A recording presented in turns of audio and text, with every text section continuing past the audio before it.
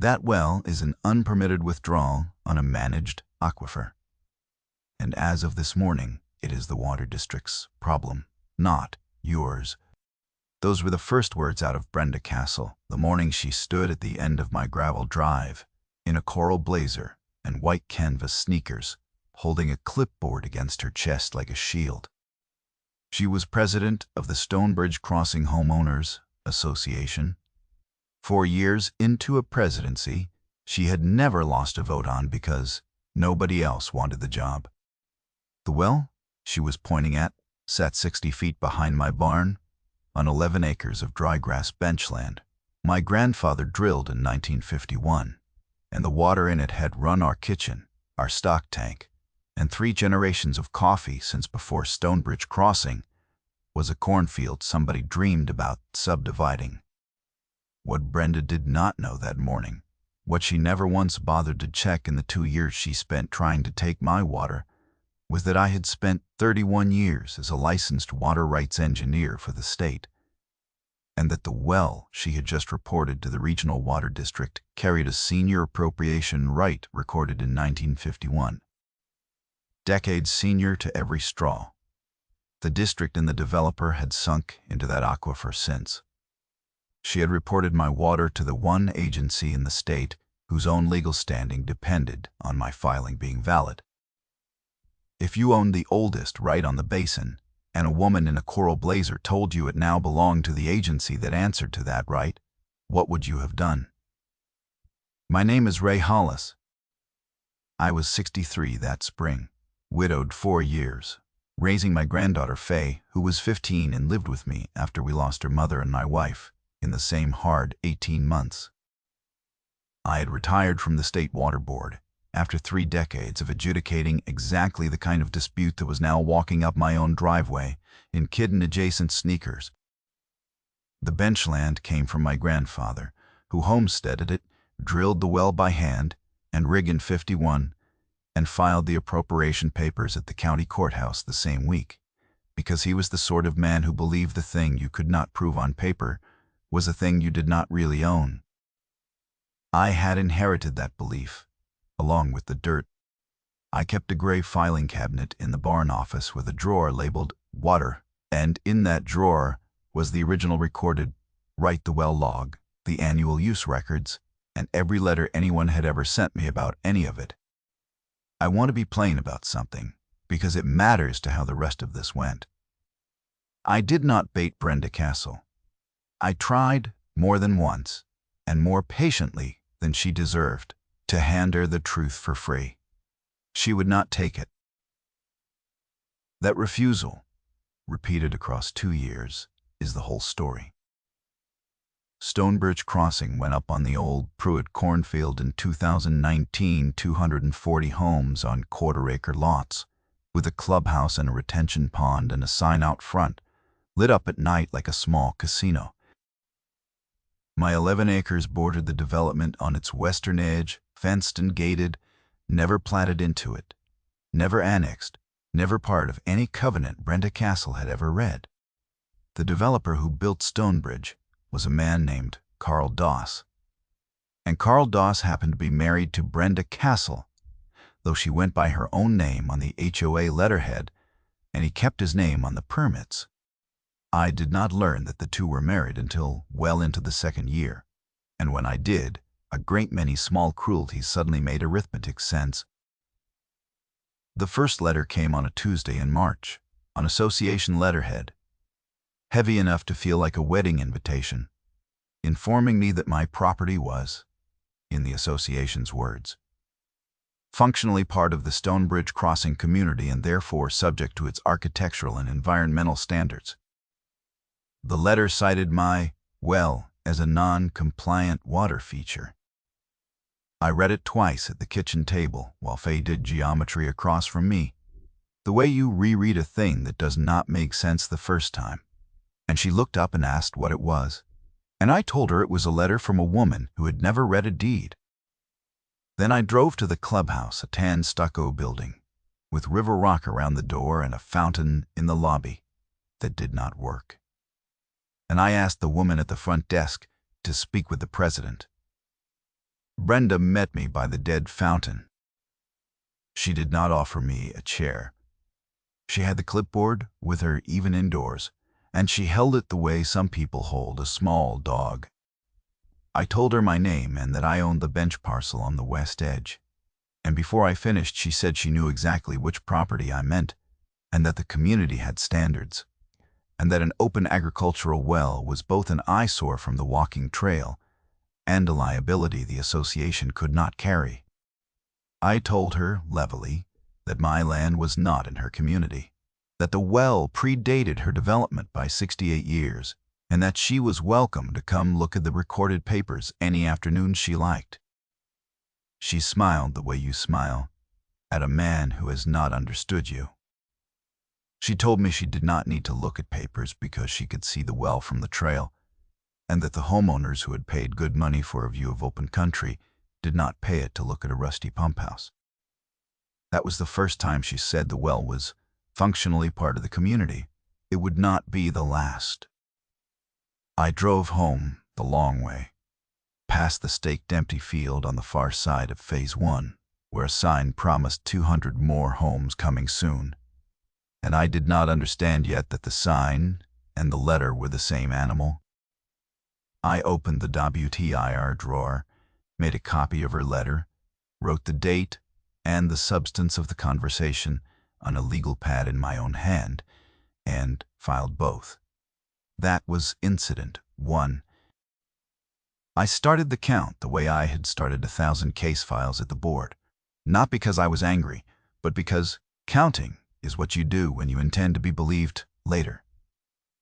The second letter came in May and carried a fine. $200 for failure to remediate the non-compliant water feature, with a notice that the fine would compound at $50 a week until the feature was brought into compliance or removed. I had adjudicated enough of these in my career to know that an HOA cannot fine a parcel that is not a member of the HOA any more than I could fine the moon for being out after curfew. There is no membership without annexation, and there was no annexation. And I had read the plat the day the development broke ground, because reading the plat next door is the kind of thing a water rights man does the way other men check the weather. I sat down that evening and wrote Brenda a short certified letter. I did not raise my voice in it, because a letter has no voice, and because the calmer the letter, the harder it is to wave away later. I stated that the parcel was not a member of the association, that no covenant ran with my land, and that the well held a recorded senior appropriation right. I attached a clean copy of that right, the county stamp, plain on the corner, and I asked her in writing to direct any further correspondence to the County Recorder's Index, where my grandfather's signature had been waiting since 1951. Fay watched me seal it and asked why I was paying extra to mail a letter to a lady 2 miles away. I told her the extra dollar bought a piece of paper that proved she got it, and that someday that dollar would be the cheapest thing in the whole drawer. The green card came back, signed for 9 days later, her name looped across the line. The fines kept compounding anyway, as if the letter had gone into the dead fountain. A new ledger arrived at the end of June, showing the fine had grown to $800, and stapled to it was a note in a different hand, reminding me that unpaid association assessments could become a lien. They could not on my land, but the word lien is a word built to frighten, and I understood then that frightening me was the product, not collecting the fine. That was Incident 2, and the first hard number went into the drawer. Fay was the one who noticed the truck. It was a Thursday in July early evening, the light going gold across the bench, and she called out from the kitchen window that a man in a green shirt was walking the fence line behind the barn with a camera and a clipboard of his own. I set down my coffee and went out. He was crouched at the well house when I came around the barn, photographing the casing, and he stood up fast and put on a smile that had been practiced in a mirror. He introduced himself as an environmental compliance inspector for the community and said He needed me to confirm the depth and flow rate of my well. For the association's records, I asked to see his license. He produced a laminated badge on a lanyard, the Stonebridge Crossing logo printed across the top. A number underneath it meant nothing. Ordered, I would learn later, from the same kind of online shop that prints lanyards for bowling leagues and church picnics. It was a costume. I have held a real state inspector's credential in my hand 1,000 times and signed the back of more than a few. And this was a name badge from a craft store with delusions. I told him, calmly, that he was not a state inspector, that the community had no jurisdiction over my parcel, and that he was standing on private land without permission and needed to leave. The smile came off. He said the association had every right to inspect features that affected the community. I said the gate he had walked through was posted, and that the next man who came over that fence without a recorded easement or a sheriff beside him would be trespassing, and that I would have it on film. He looked up at the kitchen window then, and so did I. Faye had the phone up against the glass and had been recording since the green shirt first crossed the fence. She did it unprompted because she was 15 and smarter than the situation deserved, and because she had watched me file things for months and had learned without being taught that the record is the weapon. The man left the way people leave when they realize the camera was on the whole time. That night at the table, she asked me why a grown woman would send a fake inspector onto an old man's land over a well she did not own. I told her the truth, which was that I did not yet have a clean answer, but that people do not spend this much effort on an eyesore, and that when effort outruns the stated reason is a lie covering a number. I saved her video to the WATR drive in the barn, and to a second drive I kept in the house safe, 2 copies, because 1 copy is a story and 2 copies is evidence. I wrote the date on the legal pad. Incident 3. If you have never watched petty authority discover that it has no brakes, let me tell you how it accelerates. It does not stop when it is told no. It treats no as a procedural error to be routed around. That autumn the routing began. In September, a title company 2 counties over called me, confused, a young clerk on the line apologizing before she even got to the point, to say that someone had filed a notice of claimed easement against my parcel, asserting the association's right of access to inspect and maintain the well. It was not a valid instrument, signed by an officer with no authority to grant anyone access to anything on my land, and the recorder had accepted it only as an unverified filing, the way a post office will accept a letter addressed to a fairy tale. Even so, it sat in the index against my parcel number, and an unverified cloud on a title is still a smudge. A buyer or a bank sees first, and clearing it cost me a morning at the county office. The morning was not wasted, because it put me back across the counter from Dana Pell. Dana had worked that recorder's office for 20 years, a steady woman with reading glasses on a chain and a memory like a deed book, and when I gave her my parcel number, she did not even look it up.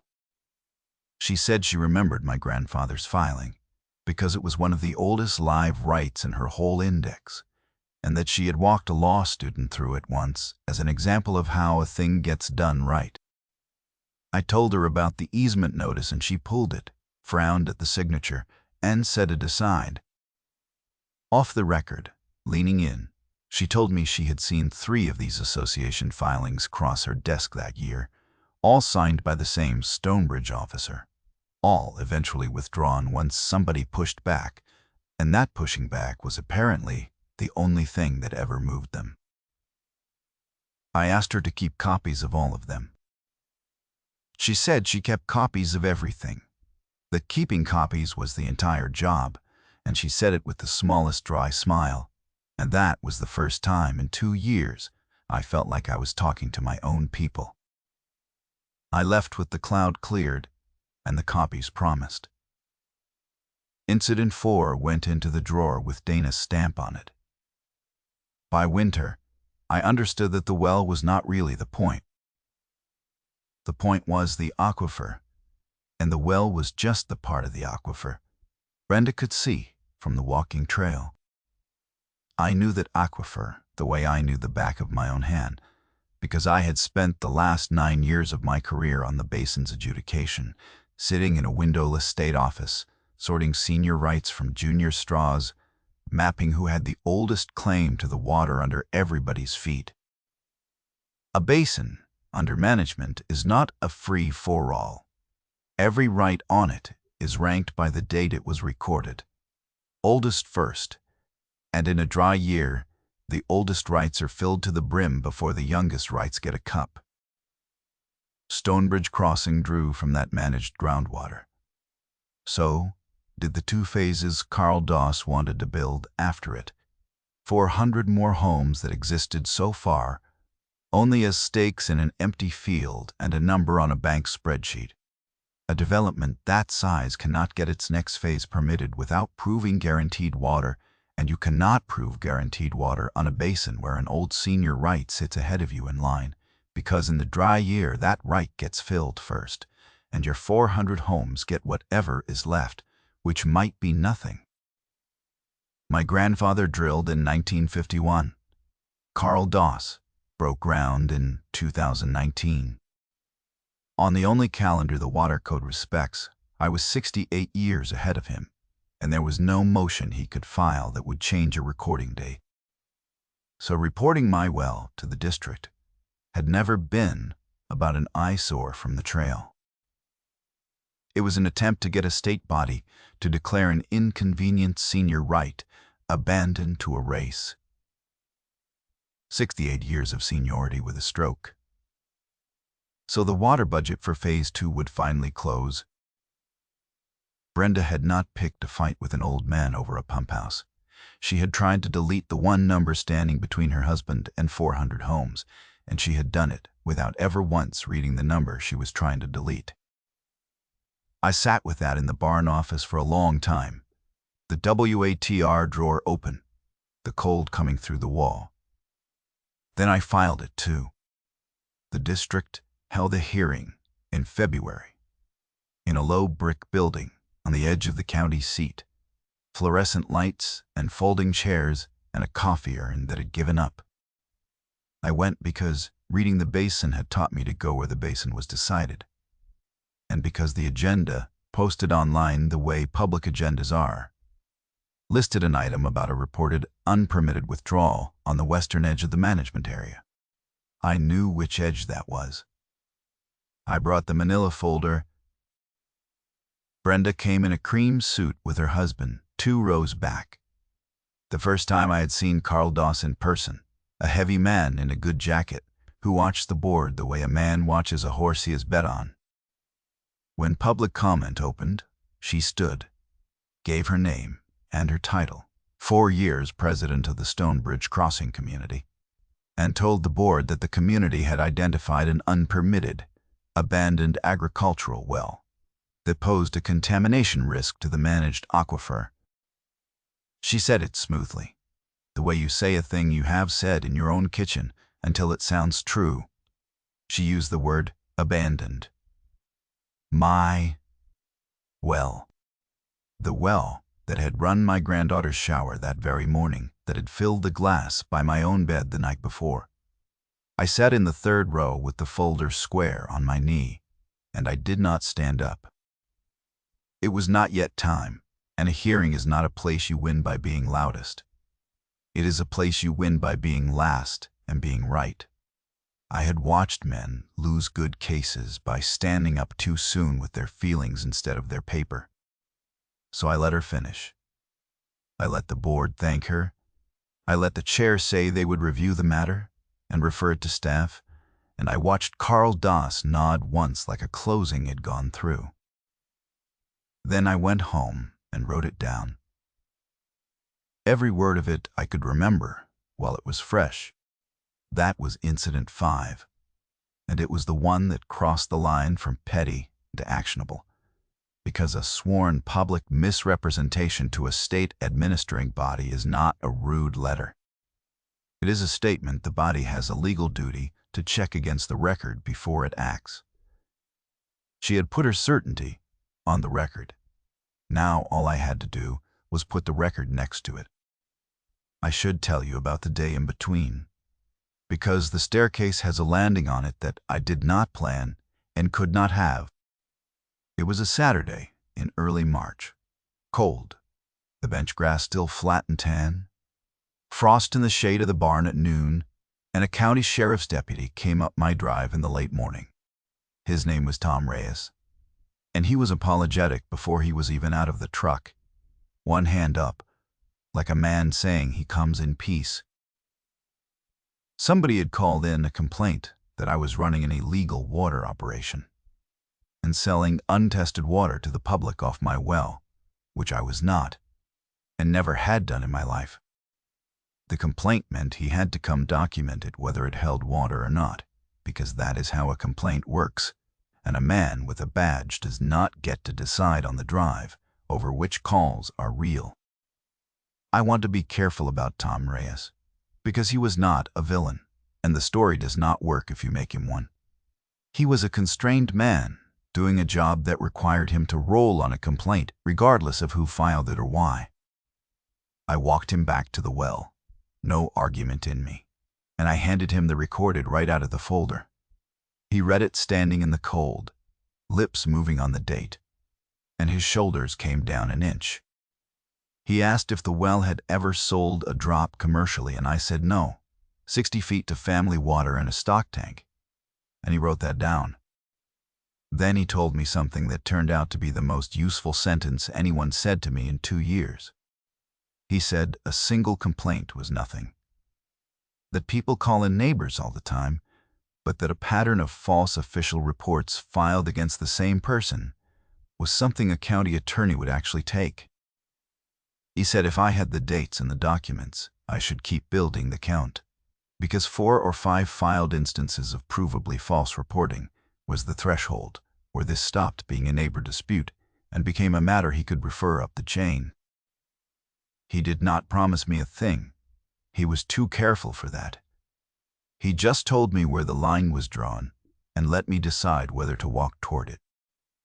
Then he tipped his hat to Faye, who was watching from the porch with her arms crossed exactly the way her grandmother used to. And he told her she had a good camera eye because word of the inspector video had apparently traveled and he left. I wrote the date down. Incident 6, and the first time the count had a finish line attached to it. Here is the thing I had not told Brenda Castle and had no obligation to. When my career ended, I did not stop reading the basin. I read the district's filings the way other men read the sports page. And that winter, while Brenda was filing easements and sending fake inspectors, I had been quietly reading the district's own financials, because a small special district that administers a rural basin is a public entity, and its bonds and its board seats. The district was in trouble. It had floated a bond to upgrade an aging treatment line. The bond was underperforming, and 2 of its 5 board seats were up for a special election in the spring with not one declared candidate because nobody who lives near a rural water district wants to spend their Tuesdays arguing about pipe. I am not a wealthy man. What I had was a paid-off farm, a state pension, 31 years of knowing exactly how these districts work, and a granddaughter who had asked me why a grown woman would send a fake inspector after an old man's well. So I did the thing. Brenda Castle never imagined a quiet old man with a gray filing cabinet would do. I ran for the Water District Board. I filed my candidacy papers at the same county office where my grandfather had filed his right 72 years before, slid them across the same kind of counter, and Dana Pell stamped them and did not say a word about why, but she smiled in a way that told me she had done the arithmetic faster than I had. The filing fee was $20. I have spent more on a bad dinner, I campaigned the only way a thing like that can be campaigned, which is on foot. There are about 40 ranch and bench families who actually depend on that basin for their wells. The people who live with the water instead of looking at it from a trail. And I knocked on every one of their doors. I did not have to explain much. They had watched Stonebridge Crossing pull the static level in their own wells down 3 summers running, watched their pumps work harder every August, and they knew exactly whose 400 new homes wanted the rest of it. They knew me. More of them knew my grandfather, or knew the name on the oldest, right in the valley. A rancher named Pete Sorrell met me at his gate, listened to the whole thing, and said he would not only vote for me, he would run for the second open seat himself, because he had been meaning to do something about that board for years and had only lacked a reason to drive to town. I won the seat in May with more votes than the prior 2 district elections had drawn combined, which is to say a few hundred people cared once someone gave them a reason to. Pete won the second seat the same night. The 2 of us walked into a 5-member board that had spent 4 years quietly rubber stamping whatever the developments asked for, because no one who lived near the water had ever bothered to sit in the chairs. The chairs had been empty. We just sat down in them. I did not buy the water district. Exactly. You cannot buy a public agency, and I would not want one. Here is what I could do.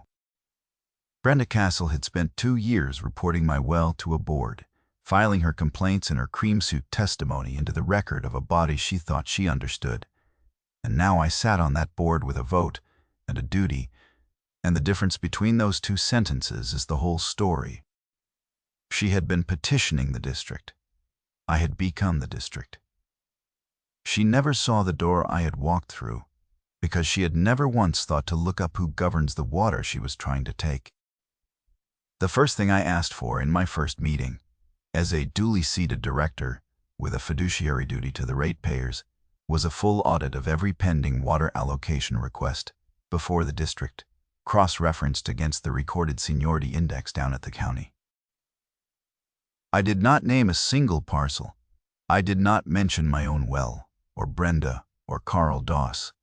I did not have to. I had a plain professional duty to make sure the district was not approving water it did not legally have, and on a basin in its 3rd dry summer. That duty was about as controversial as asking whether the doors locked at night. It was the most ordinary motion in the world. Pete seconded it. It passed 3-2, the 2 being the seats that had done the rubber stamping, and they voted no without quite being able to say why an audit frightened them. The audit took 6 weeks, run by a staff engineer named Lou, who had no idea he was holding a stick of dynamite, and it found exactly what I knew it would find, because I had spent the last decade of my career finding exactly this. Stonebridge Crossing's Phase 2 and Phase 3 allocation requests, the paper that would let Carl Doss build 400 more homes and clear the bank loan he had taken against them, were premised on a water budget that quietly assumed several senior rights on the basin were abandoned or otherwise invalid. That assumption was the only way the numbers closed. Without it, there was not enough water in a dry year to promise the new homes, and a development cannot be financed on water it cannot promise. One of those rights, listed in the developer's own engineering filing in black and white as presumed abandoned, was a well on 11 acres of benchland, recorded 1951, appropriations senior to every district straw on the aquifer. My well. The well Brenda Castle had stood up in a public meeting in a cream suit and called abandoned. Her husband's entire next phase, the loan, the empty staked field, the sign promising homes coming soon, all of it rested on a single load-bearing assumption that my water did not legally exist. They had written the bet down in a filing and submitted it to the one agency obligated to check it. I read the page twice, the way I had read the first letter at my kitchen table 2 years before, and for the first time in 2 years I understood that I had already won, and had won quietly the day my grandfather walked into the courthouse in '51. The reveal did not happen in a shouting match. It happened in a quarterly district hearing in June in the same low brick building, with the public benches full because word had gotten around. Carl Doss's engineer presented the Phase 2 allocation request. Brenda sat beside him, in a pale blazer, composed, certain, 4 years of unbroken votes behind her. Watching a board she believed she understood. When the engineer finished, the board chair opened it to the directors. I asked one question.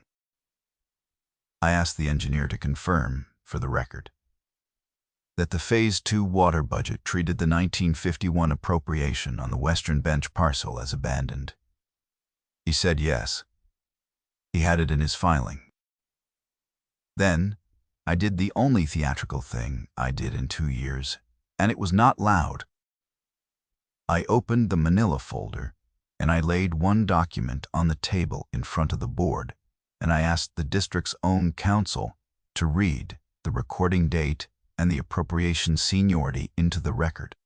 The counsel, a careful woman named Ruth Aldico who had no stake in any of it, picked up the page, read the county recorder's stamp, read the date, 1951, read the seniority rank, and then she set the page down and said slowly that if this instrument was valid and senior as recorded, the district could not lawfully approve a water budget that treated it as abandoned, and that doing so would expose the district to liability. She looked at me. I told her the original was in the county index, 2 miles away, recorded the same week it was signed, and had never lapsed. Dana Pell, sitting in the second row, said quietly that she had pulled it that morning and it was clean. The room was very still. Brenda Castle's certainty did not collapse all at once. It went in pieces. First, she said, the parcel was functionally part of the community. The third time, she had said it in 3 different rooms, and the council, not unkindly, told her that functional was not a category the water code recognized. Then she said the well was a contamination risk, and the district's own staff engineer said the well log showed casing and a sanitary seal in better condition than half the district's own infrastructure. Then she stopped talking, because there was nothing left in the costume to reach for. Here are the 2 numbers I want you to hold side by side, the way I held them.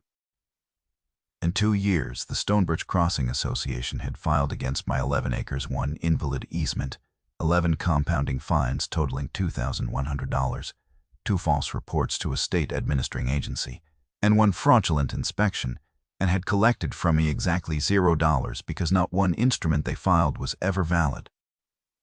And the 1951 right they spent 2 years calling abandoned was, that June afternoon, the single document that made 400 of Carl Doss's planned homes legally impossible to water.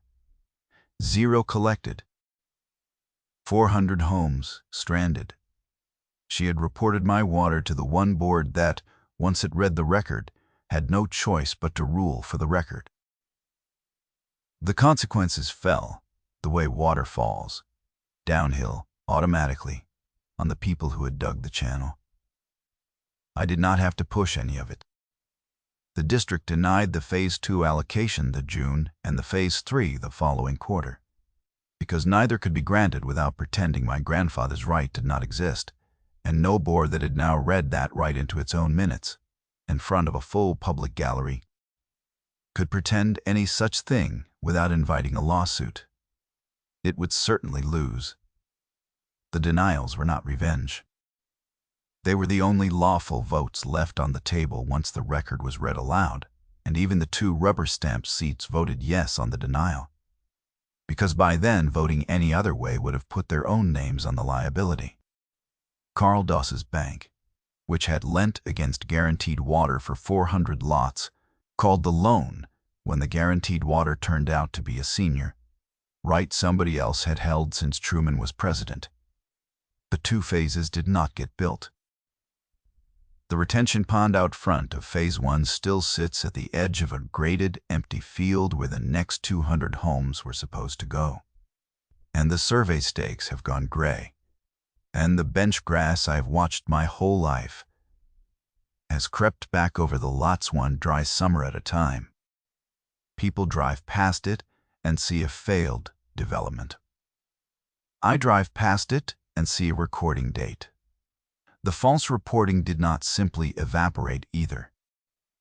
I gave Tom Reyes the folder, the whole count, dates and documents, the invalid easement, the fake badge, phase video, the sworn public statement calling inactive, well abandoned, and the county attorney did what Tom said a county attorney would do with a documented pattern. The association was found to have filed false official reports and a fraudulent property instrument. Brenda Castle resigned the presidency she had held for 4 years, rather than face a recall vote that was already gathering signatures.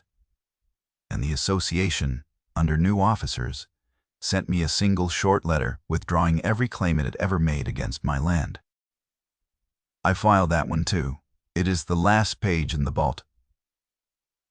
I want to bring this back to my kitchen, because that is where it started. And that is where it mattered. The evening after the June hearing, I came home and Faye was at the window, and she had the porch light on, and the well house light on behind the barn, both of them. Because she said she wanted the place lit up. She was 16 by then. She asked me if it was really over, and I told her the part that was over, and she ran a glass of water from the kitchen tap. The same tap her great-great-grandfather's well had fed since 1951. And she drank it standing at the counter, and she said it tasted fine to her. It did to me, too. My wife used to stand at that same counter. The well outlived a great deal. It will outlive me. So here is the lesson, plainly. Because I spent a career watching people lose rights they actually held simply because they could not prove them on the day it counted. Your deed, your water right, your easement, your permit, none of it protects you in a drawer you never open. Go to your county recorder this month and pull your own chain of title and read it. Verify that what you believe you own is what the index says you own, and that it is recorded, and that it is senior to whatever was built next to you. Walk your boundaries against the legal description, not against the fence. Keep a folder, a real one, and put the date on everything. Because the person who keeps the record is the person the law believes 2 years later, in a quiet room. And if an institution comes after you, find out what that institution needs, what it owes, and who sits on the board that governs it. Because authority looks immovable, right up until you read the public record that governs it. If you have stood on your own ground and been told by someone in a costume that it was functionally theirs, tell me about it in the comments, because I read them, and there are more of us than you think. Subscribe if you want to hear how these things actually end, when the paper is clean. Next time I will tell you about a retired surveyor whose HOA painted a new property line across his driveway in the night, and the one measurement they forgot to take before they picked up the brush. Until then, pull your records, walk your lines, and keep the light on.